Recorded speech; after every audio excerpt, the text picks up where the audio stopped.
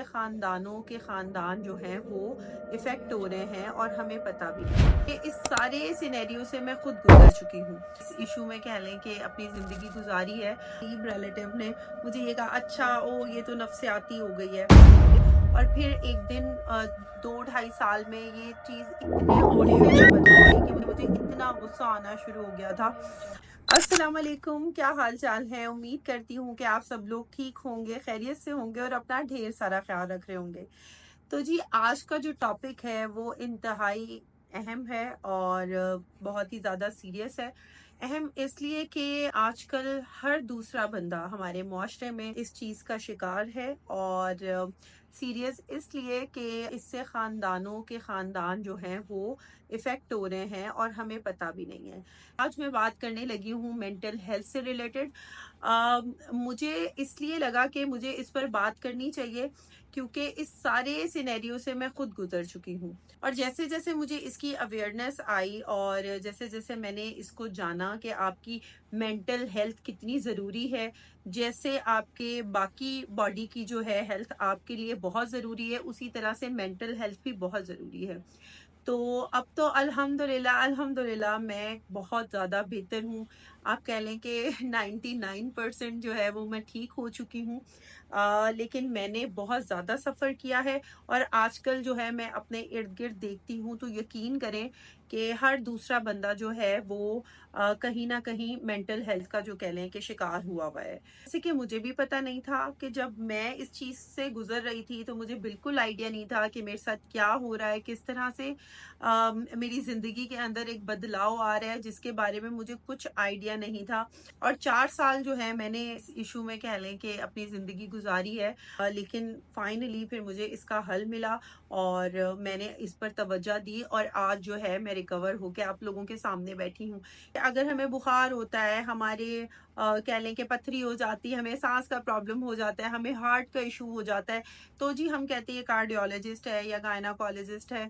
लेकिन जब mental health की बात आती है तब हम लोग जो है कहते हैं नहीं नहीं, हमें तो सब पागल कहेंगे और हमें तो सब कहेंगे कि दिमाग खराब हो गया है। तो हम इस चीज़ को भी जो है इतना सीरियस नहीं लेते और इस तरह से ये मसला बढ़ता चला जाता है। सबसे पहले तो मैं यही कहना चाहूँगी कि अपने इर्द-गिर्द अगर आपका कोई भी अपना है या आप किसी ऐसे को देखते हैं कि जो इस चीज़ से जो है निपटने की कोशिश कर रहा है और उसको समझ नहीं आ रही, क्योंकि कितने ही ऐसे पढ़े-लिखे लोग हैं जो अवेयर हैं इस चीज़ से, तो प्लीज़ वो अपने इर्द-गिर्द वालों का ख़्याल रखें और उनको बताएँ, अवेयर करें इस बारे में। अगर मेरी बात कह लें तो 4 साल इस तरह से मैं कहूँगी कि पहले 1 साल तो मुझे ये सारे इश्यूज़ जब होना शुरू हुए तो मुझे आइडिया ही नहीं था कि मेरे साथ क्या हो रहा है। मेरी पहली बेटी पैदा हुई थी, तो मैं बहुत ही ज़्यादा लो फ़ील करती थी और तब से ही जो है कह लें कि मैं आइसोलेट होना शुरू हो गई कि मैंने रेडी नहीं होना, जबकि उस वक़्त मेरे पास दुनिया की सबसे बड़ी नेमत थी। जब औरत माँ बनती है तो उस वक़्त उसके लिए एक बहुत ही ज़्यादा एक खुशी का समा होता है, लेकिन उसको मैं उस वक़्त उस तरह से एन्जॉय नहीं कर रही थी।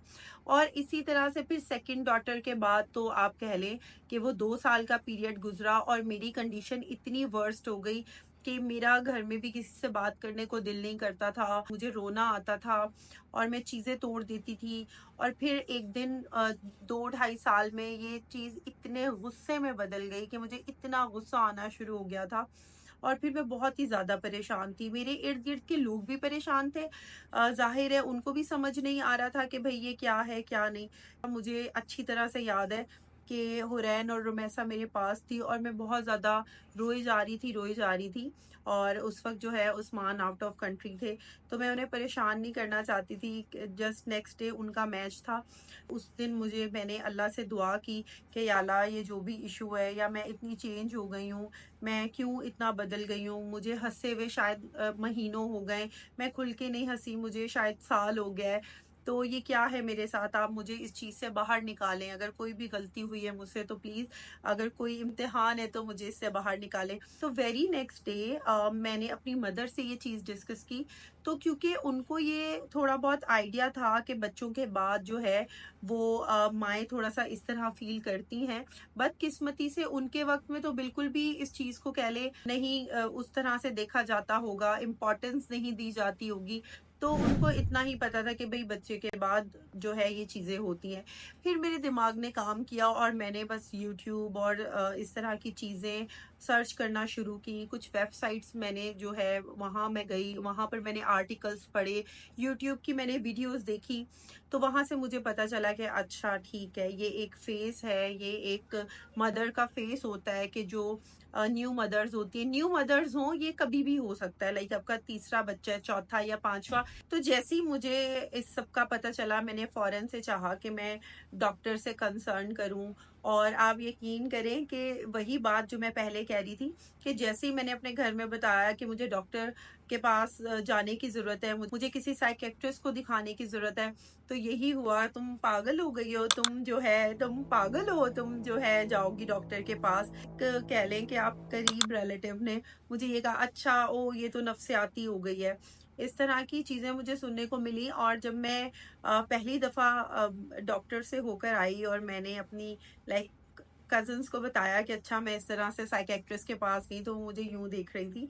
मैंने कहा ओह ओके पता नहीं क्या।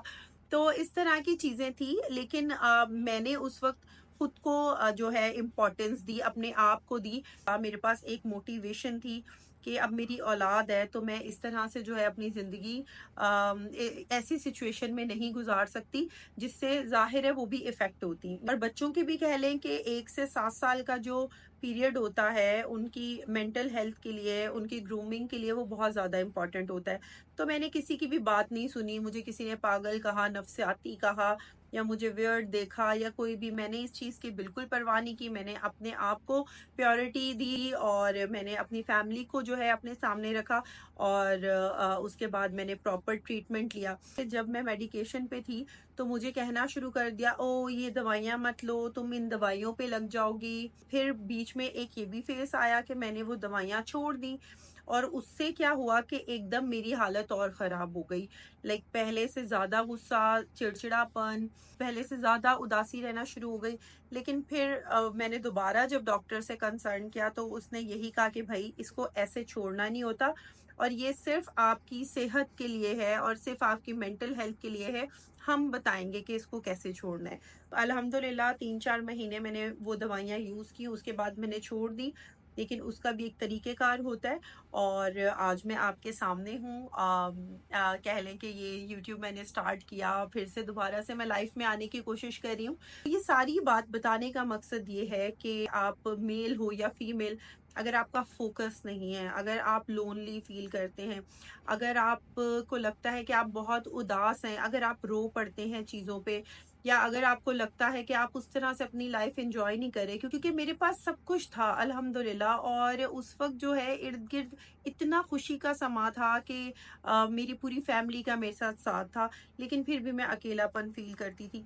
इस तरह की कोई भी कंडीशन आपके साथ होती है, आपको ज़्यादा गुस्सा आता है या आपको लगता है कि यार बस ठीक है अब तो मैं ख़त्म हो गई, क्योंकि मैं अपने आप को यही कहती रहती थी कि भाई मैं यूज़लेस हूँ, मैं कुछ कर नहीं रही हूँ। नेगेटिव मुझे थॉट्स आती थी कि रोमैसा जो है, अगर मैं रूम से बाहर जाऊंगी तो वो नीचे गिर जाएगी, और अगर मैं सो जाऊंगी तो कोई मतलब उसका सांस ना रुक जाए रोमैसा का या हुरैन का, इस तरह की ना चीज़ें मेरे दिमाग में घूमती रहती थी।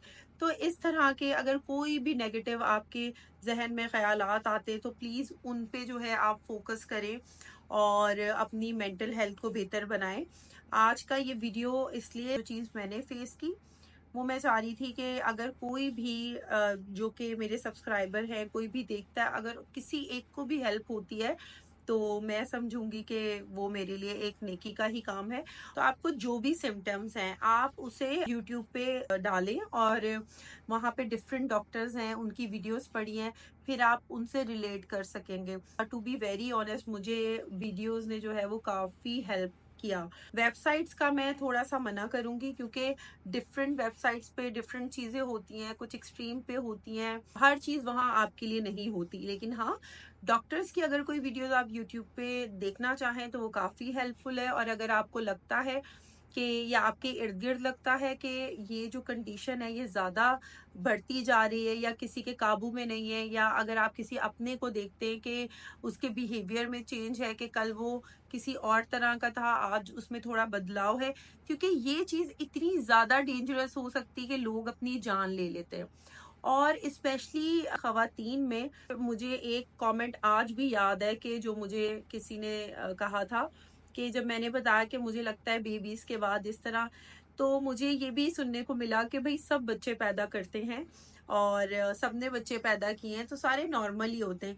ये बहुत ही आम जुमले हैं जो हमारी ख़वातीन को सुनने को मिलते हैं कि तुम पहली तो नहीं हो, सभी बच्चे पैदा करती हैं। तो स्पेशली जितनी ख़वातीन मुझे देख रही हैं, मैं आप लोगों से रिक्वेस्ट करूँगी कि आप लोग अपनी मेंटल हेल्थ का ख्याल करें, क्योंकि आपने आने वाली जनरेशन को रेडी करना है, आपने हमारी आने वाली जनरेशन को शेप अप करना है।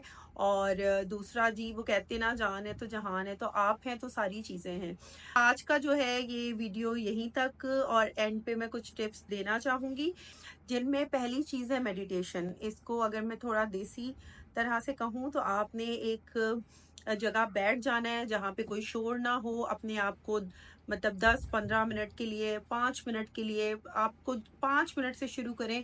आपको जहाँ पे भी लगता है आप आंखें बंद करके अपनी सांसों पे ध्यान दें। ये भी आप यूट्यूब पे सर्च कर सकते हैं, मेडिटेशन की डिफरेंट वीडियोस हैं। दूसरी चीज़ मैं ये कहना चाहूँगी कि सिर्फ अच्छा बोलें।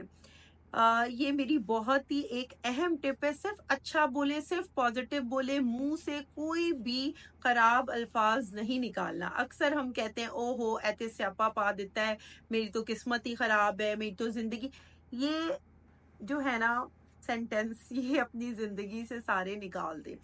तीसरी टिप मेरी ये है कि एक्सरसाइज करें प्लीज। अगर आपके पास एक कमरा भी है ना, जैसे एक अरसे तक जो है कह लें कि जिम और मेरी फ्रेंडशिप थी, लाइक शादी के बाद वो थोड़ा सा कम हो गया, लेकिन मैंने जैसे कि बताया कि मुझे मेरा घर से बाहर निकलने को दिल नहीं करता था, तो मैं टीवी पे कोई भी निकाल के, कुछ भी निकाल के 5 मिनट से शुरू करके योगा कर लेती थी, कुछ भी कर लेती थी।